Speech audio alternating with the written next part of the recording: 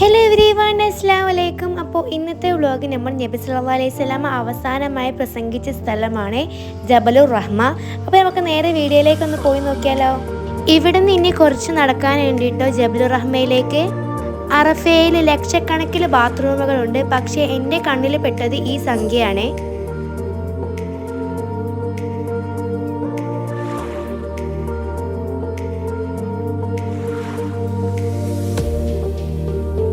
അള്ളാഹിൻ്റെ റസൂൽ സല്ലല്ലാഹു അലൈഹി വസല്ലം തങ്ങളുടെ ചരിത്ര പ്രസിദ്ധമായ വിടവാങ്ങൽ പ്രസംഗം നടന്ന അറഫയാണ് കേട്ടോ ഈ കാണുന്നത്.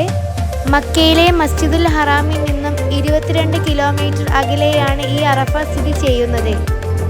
ദുൽഹിജ്ജ 9 ഉച്ചയ്ക്ക് ശേഷം ലോകത്തിൽ ഏറ്റവും കൂടുതൽ ആളുകൾ സംഗമിക്കുന്ന ഒരു അപൂർവ സ്ഥലം കൂടിയാണ് ഈ അറഫ.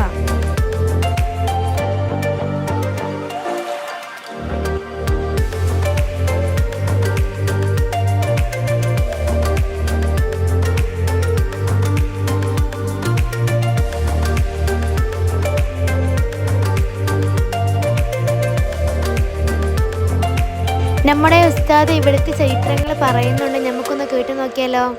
ഈ മവ്വാബിനെയും അള്ളാഹു താല എവിടെ പറിച്ചു? സ്വർഗത്തിൽ പറിച്ചിട്ട് അള്ളാഹു താല പറഞ്ഞ് രണ്ടോട് എന്ത് വേണമെങ്കിലും തിന്നോ, ഒന്നും വിഷമിക്കണ്ട, എല്ലാം നിങ്ങൾക്ക് കഴിച്ചു. പക്ഷെ ഈ ഒരു മരത്തിൽ നിന്ന് മാത്രം ഉണ്ടാക്കാൻ പാടില്ല, പറിച്ച് തിന്നാൻ വേണ്ടി പാടില്ല.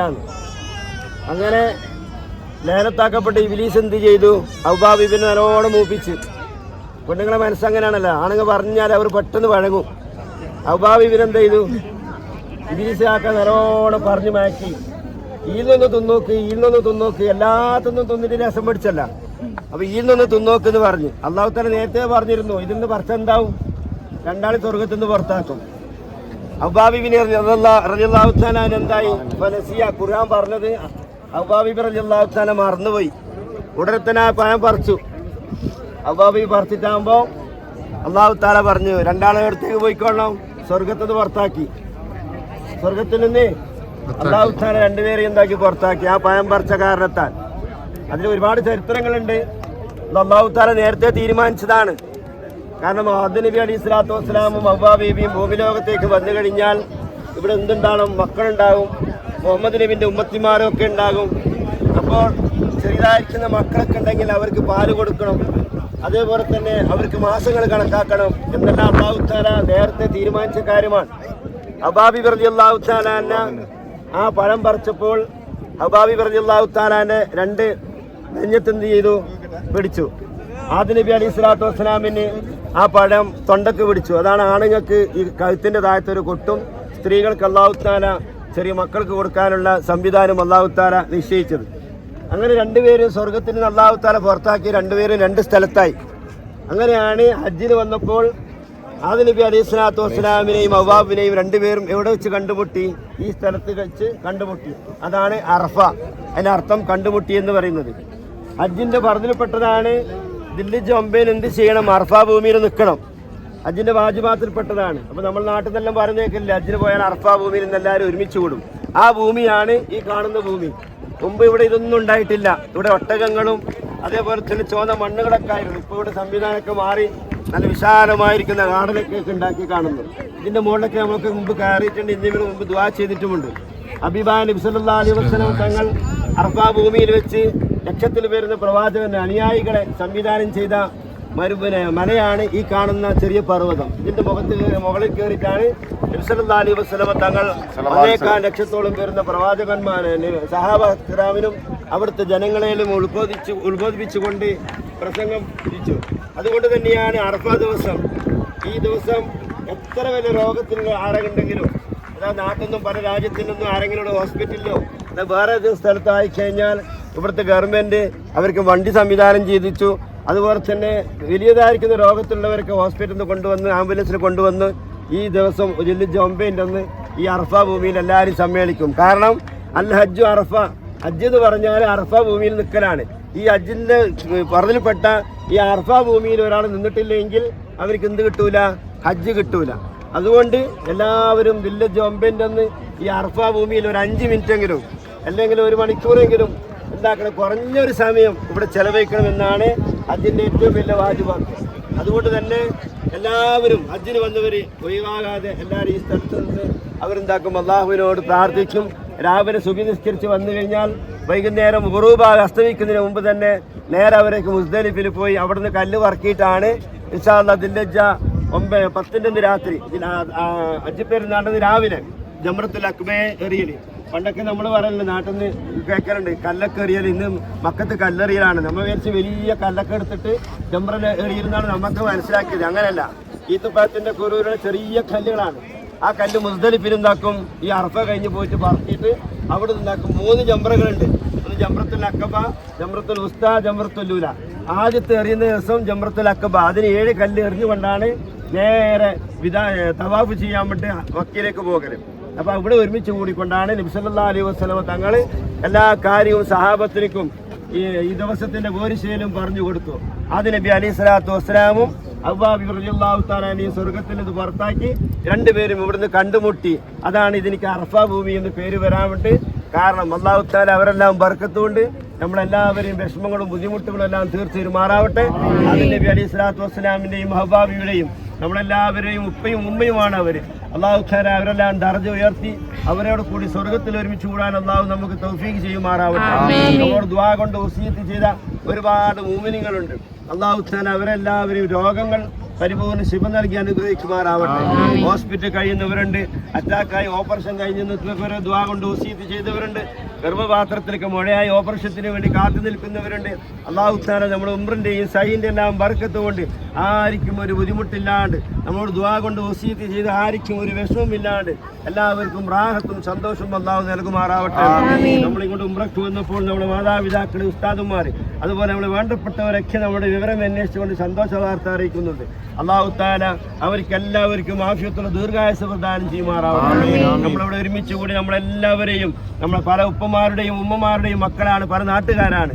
നമ്മളിവിടെ ഒരുമിച്ച് കൂടാൻ വേണ്ടി ഇതിങ്ങനെ ഒരു സംവിധാനം ചെയ്തത് ICF എന്ന് പറയുന്ന മഹത്തായ സംഘടനയാണ്. ആ സംഘടനയ്ക്ക് നേതൃത്വം കൊടുക്കുന്ന ഉസ്താദന്മാർ, തന്മകന്മാർ, വേണ്ടപ്പെട്ടവരൊക്കെ ഉണ്ട്. അള്ളാഹു തആല അവർക്കെല്ലാം ആഫിയത്തുള്ള ദീർഘായുസ്സ് പ്രദാനം ചെയ്യുമാറാവട്ടെ. അവരെയും നമ്മളെയും അള്ളാഹു സ്വർഗ്ഗപൂങ്കാവനത്തിൽ ഒരുമിച്ച് കൂട്ടുമാറാവട്ടെ.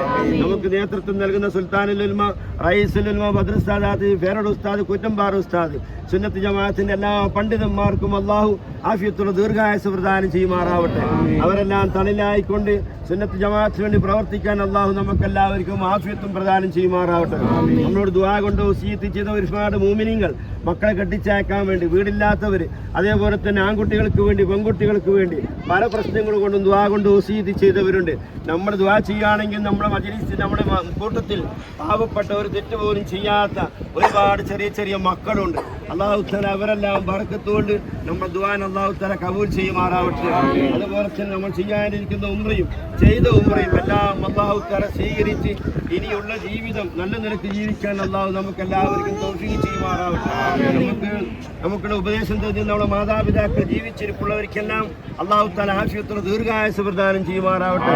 മരണപ്പെട്ടു പോയ നമ്മുടെ മാതാപിതാക്കൾ, ഉസ്താദന്മാർ, ജ്യേഷ്ഠാഞ്ചന്മാർ, പെങ്ങന്മാർ എല്ലാവരും ഖബർ ജീവിതം അല്ലാഹു തആല സന്തോഷത്തിലും റാഹത്തിലുമാക്കി കൊടുക്കുമാറാവട്ടെ.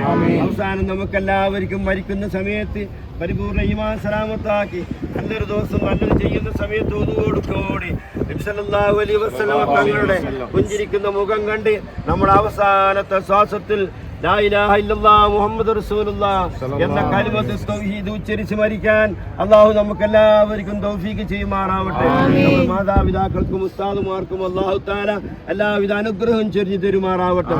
എല്ലാ വിഷമങ്ങളും മാനസിക പ്രശ്നങ്ങളും നമ്മുടെ ഈ കൂട്ടത്തിൽ തന്നെ ഒരുപാട് ആൾക്കാർക്ക് പല വിഷമമുണ്ട്. പ്രത്യേകിച്ച് ഒരു സുഹൃത്ത്, പുതിയാപ്പടയും അമ്മോച്ചനും തമ്മിൽ തെറ്റി പൈസന്റെ വിഷയത്തിൽ മകൾക്ക് വിഷമമാണ്. വീട്ടിലാണെങ്കിലും പ്രശ്നം, വളരെ സങ്കടം പറഞ്ഞിട്ടുണ്ട്. അല്ലാഹു തആല ഈ മജ്‌ലിസിന്റെ ബർക്കത്ത് കൊണ്ടും നമ്മൾ ചെയ്ത ഉംറന്റെ എല്ലാം ബർക്കത്ത് കൊണ്ട് അവർ നല്ല യോജിപ്പിലും സന്തോഷത്തിലും അല്ലാഹു തആല ആക്കി കൊടുക്കുമാറാവട്ടെ. ആ മകൾക്ക് ഭർത്താവിന്റെ വീട്ടിൽ ഉമ്മയോട് കൂടി നല്ല നിലയ്ക്ക് ജീവിക്കാൻ, നല്ല സ്വഭാവം കൊടുക്കാൻ അല്ലാഹു തആല തൗഫീഖ് ചെയ്യുമാറാവട്ടെ. അല്ലാഹു തആല നമ്മുടെ ഉമ്മമാരുടെയും ഉപ്പമാരുടെയും നല്ല സ്വഭാവങ്ങൾ പെടുത്തി നല്ല നിലയ്ക്ക് ജീവിക്കാൻ അല്ലാഹു തആല എല്ലാവർക്കും തൗഫീഖ് ചെയ്യുമാറാവട്ടെ. കുറഞ്ഞ കാലം 40 50 വർഷക്കാലം നമ്മളിവിടെ ജീവിക്കും. വിശാലമായിരിക്കുന്ന ആഖിറമാണ് നമ്മുടെ കാര്യം. ആഖിറത്തിൽ നമുക്ക് വിദൂരമായി ജീവിക്കാനുള്ളത് കൊണ്ട് തന്നെ ഇവിടെ ചെയ്യുന്ന ചെറിയ ചെറിയ പ്രവർത്തനത്തിന്റെ കാരണമായി അല്ലാഹു തആല നമുക്കെല്ലാം സ്വർഗ്ഗം വിശാലമായി തരുമാറാവട്ടെ. ഹിസാബില്ലാണ്ട് സ്വർഗ്ഗത്തിൽ കടക്കാനുള്ള ഭാഗ്യം അല്ലാഹു നമുക്ക് നൽകുമാറാവട്ടെ. മുൻകർ നക്കീർ അലൈഹിസ്സലാത്തു വസ്സലാം ഖബറിൽ വരും. അവർ വന്നുകൊണ്ട് മൻ റബ്ബുക വമാ ദീനുക എന്നുള്ള ചോദ്യങ്ങൾ നമ്മോട് ചോദിക്കും. ആരുമില്ലാത്ത ഖബറിൽ പടച്ചവനെ ഞങ്ങളെ നീ സലാമത്താക്കണേ അല്ലാഹ്. പടച്ചവനെ നീ ഞങ്ങളെ കൈവടിയല്ല അല്ലാഹ്. റബ്ബാകുന്ന നീ ഞങ്ങളെ കൈവടിയല്ല അല്ലാഹ്. ആരും സഹായിക്കാനുള്ള ഖബറിൽ ഞങ്ങൾക്ക് നീ തുണയാകണേ അല്ലാഹ്. സ്വർഗ്ഗത്തിൽ ഹിസാബില്ലാണ്ട് കടക്കാനുള്ള ഭാഗ്യം നൽകണേ അല്ലാഹ്. പടച്ചവനെ ഞങ്ങളെ പെട്ടെന്ന് മരിപ്പിച്ചുകൊണ്ട് ഞങ്ങളെ ഭാര്യയും മക്കളെ നീ അനാഥകളാക്കല്ല അല്ലാഹ്. പടച്ചവനെ ഭാര്യയും മക്കളെയും മരിപ്പിച്ചുകൊണ്ട് ഞങ്ങളെ നീ അനാഥകളാക്കല്ല അല്ലാഹ്. പടച്ചവനെ ഞങ്ങൾ മരിക്കുന്നതിന് മുമ്പ് ഞങ്ങളെ മക്കളെ ആരും നീ മരിപ്പിക്കല്ല അല്ലാഹ്. പടച്ചവനെ അവർക്കെല്ലാവർക്കും നീ ദീർഘായുസ്സും ആഫിയത്തും നൽകണേ അല്ലാഹ്. ഞങ്ങൾ മക്കൾക്ക് നല്ല ബുദ്ധി പ്രദാനം ചെയ്യണേ അല്ലാഹ്. കഞ്ചാവിന്റെയും പടച്ചവനെ മയക്കുമരുന്നിന്റെയും അടിമകളാക്കല്ല അല്ലാഹ്. പടച്ചവനെ ഞങ്ങളെ സഹോദരിമാര് ഞങ്ങളെ പെണ്ണുമക്കള് അന്യമതസ്ഥന്റെ കൂടെ പോയി എന്നുള്ള വാക്ക് നീ കേൾപ്പിക്കല്ല അല്ലാഹ്. എല്ലാത്തിനും നീ രക്ഷപ്പെടുത്തണേ അല്ലാഹ്. ലോക മുസ്ലിമീങ്ങൾക്ക് നീ ഇസ്സത്ത് പ്രദാനം ചെയ്യണേ അല്ലാഹ്. ഫലസ്തീനിലെയും ഗസയിലെയും മുസ്ലിമീങ്ങൾക്ക് നീ സമാധാനം നൽകണേ അല്ലാഹ്. പടച്ചവനെ അവർക്കെല്ലാവരും ഷഹീദിന്റെ കൂലി നീ പ്രദാനം ചെയ്യണേ അല്ലാഹ്. പടച്ചവനെ ചെറിയ ചെറിയ മക്കള് കൊന്നടക്കിക്കൊണ്ട് വീടുന്നത് കാണുമ്പോൾ വളരെ സങ്കടമുണ്ട് അല്ലാഹ്. അല്ലാഹു തആല പടച്ചവനെ അവർക്കെല്ലാവർക്കും നീ സ്വർഗ്ഗം പ്രദാനം ചെയ്യണേ അല്ലാഹ്. اللهم ربنا آتنا في الدنيا حسنة وفي الآخرة حسنة وقنا عذاب النار. ربنا تقبل منا إنك أنت السميع العليم وتب علينا إنك أنت التواب الرحيم. آمين برحمتك يا أرحم الراحمين. وصلى الله تعالى وسلم على خير خلقه سيدنا محمد وعلى آله وصحبه أجمعين. سبحان ربك رب العزة عما يصفون وسلام على المرسلين والحمد لله رب العالمين. وبفضل صلى الله على محمد صلى الله عليه وسلم صلى الله على محمد صلى الله عليه وسلم اللهم صل على محمد. അപ്പോൾ ഇന്നത്തെ വീഡിയോ ഇത്രേ ഉള്ളൂ. നമുക്ക് ഇനി അടുത്ത വീഡിയോയിലേക്ക് വീണ്ടും കാണാം. Okay, by.